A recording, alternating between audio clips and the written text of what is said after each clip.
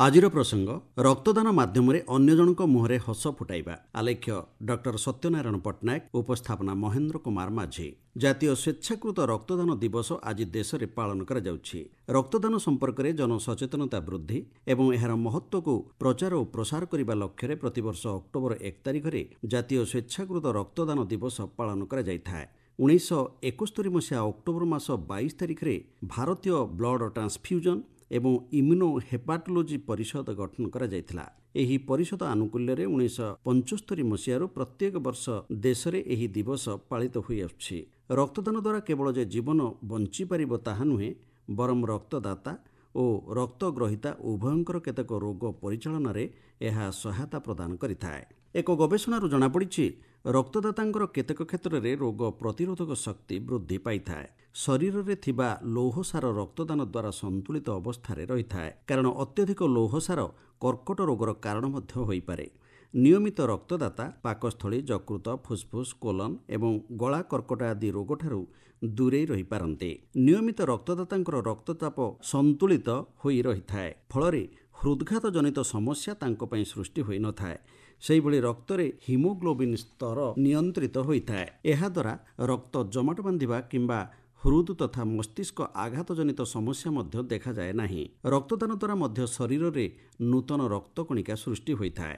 ରକ୍ତଦାନ ଦ୍ୱାରା ଅନ୍ୟର ଜୀବନରେ ଖୁସି ଭରି ଦେଇ ହୁଏ। ତେଣୁ ରକ୍ତଦାନକୁ ମହତଦାନ ବା ରକ୍ତଦାନ ଜୀବନଦାନ ସହିତ ତୁଳନୀୟ। ରକ୍ତଦାନ ମାଧ୍ୟମରେ କେବଳ ଗୋଟିଏ ଜୀବନ ନୁହଁ, ବରଂ ତାଙ୍କ ସହ ଜଡ଼ିତ ପରିବାର ସଦସ୍ୟଙ୍କର ମଧ୍ୟ ମୁହଁରେ ହସ ଫୁଟେଇ ହୁଏ। ଏପରିକି ଥାଲାସେମିଆ, ରକ୍ତଶିକୁଳି, ଆନିମିଆ, କର୍କଟ ଆଦି ରୋଗୀଙ୍କର ବଞ୍ଚିବା ପାଇଁ ନିୟମିତ ବ୍ୟବଧାନରେ ରକ୍ତର ଆବଶ୍ୟକତା ପଡ଼ିଥାଏ। ସେହିଭଳି ଦୁର୍ଘଟଣା କ୍ଷେତ୍ରରେ ମଧ୍ୟ ଜୀବନ ବଞ୍ଚାଇବା ପାଇଁ ରକ୍ତର ଆବଶ୍ୟକତା ପଡ଼ିଥାଏ।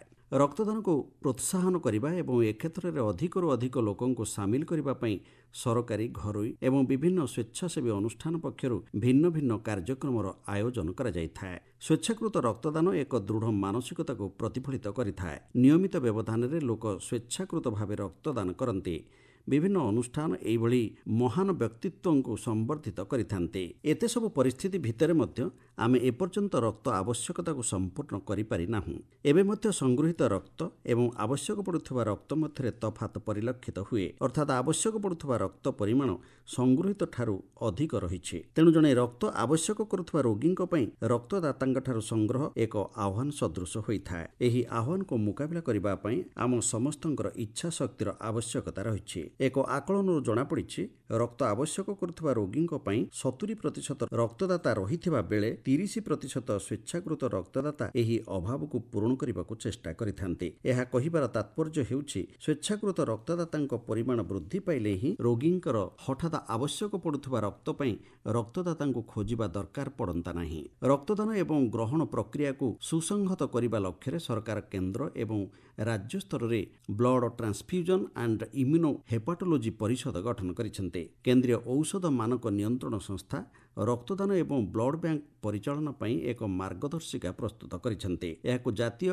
ବ୍ଲଡ ଟ୍ରାନ୍ସଫ୍ୟୁଜନ ପରିଷଦ ଏବଂ ଜାତୀୟ ଏଡ୍ସ ନିୟନ୍ତ୍ରକ ସଂସ୍ଥା ଆବଶ୍ୟକ ସହାୟତା ପ୍ରଦାନ କରିଥାନ୍ତି। ରକ୍ତଦାତାଙ୍କୁ ରକ୍ତଦାନ ପରେ ସାଧାରଣତଃ ସୁଷମ ଖାଦ୍ୟ ପ୍ରଦାନ କରାଯାଇଥାଏ। ଏପରିକି କେତେକ ସ୍ଥାନରେ ସ୍ୱେଚ୍ଛାକୃତ ରକ୍ତଦାତାଙ୍କୁ ନେବା ଆଣିବା କରିବାର ବ୍ୟବସ୍ଥା ମଧ୍ୟ କରାଯାଇଥାଏ। ସ୍ୱେଚ୍ଛାକୃତ ରକ୍ତଦାତାଙ୍କର ତଥ୍ୟକୁ ସଂଗୃହୀତ କରି ରଖିବା ଏବଂ ରାଜ୍ୟ ତଥା କେନ୍ଦ୍ର ସ୍ତରରେ କାର୍ଯ୍ୟ କରୁଥିବା ବ୍ଲଡ ବ୍ୟାଙ୍କ ଗୁଡ଼ିକ ମଧ୍ୟରେ ଏକ ରକ୍ତକୋଷ ପୋର୍ଟାଲର ପ୍ରବର୍ତ୍ତନ କରାଯାଇଛି।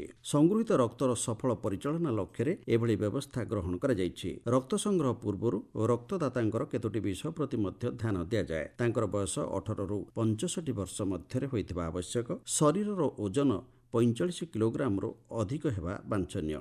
ରକ୍ତଚାପ ନିୟନ୍ତ୍ରଣାଧୀନ, ନାଡିର ଗତି, ହିମୋଗ୍ଲୋବିନ୍ ସ୍ତର, ପାଟିର ତାପମାତ୍ରା ଆଦି ପରୀକ୍ଷା କରାଯାଇଥାଏ। ତେଣୁ ସ୍ୱେଚ୍ଛାକୃତ ରକ୍ତଦାତାଙ୍କ ଠାରୁ ସୁବିଧାଜନକ ଏବଂ ସୁରକ୍ଷିତ ଭାବରେ ରକ୍ତ ସଂଗ୍ରହ କରିବାକୁ ପଦକ୍ଷେପ ନିଆଯାଇଥାଏ। ରକ୍ତଦାନ କ୍ଷେତ୍ରରେ କୌଣସି ପ୍ରକାର ବ୍ୟାବସାୟିକ କାରବାର ଆଇନ ସମ୍ମତ ନୁହେଁ। ଏପରିକି ଏହିସବୁକୁ ଦୃଷ୍ଟିରେ ରଖି ଜାତୀୟ ରକ୍ତ ନିୟମାବଳୀ ପ୍ରଣୟନ କରାଯାଇଛି। ଆସନ୍ତୁ ଆମେ ଅନ୍ୟ ମୁହଁରେ ହସ ଫୁଟେଇବାର କାରଣ ହେବା ଏବଂ ସ୍ୱେଚ୍ଛାକୃତ ରକ୍ତଦାନ ପାଇଁ ସଂକଳ୍ପ ନେବା। ଏହା ହିଁ ବର୍ତ୍ତମାନ ସମୟର ଆବଶ୍ୟକତା।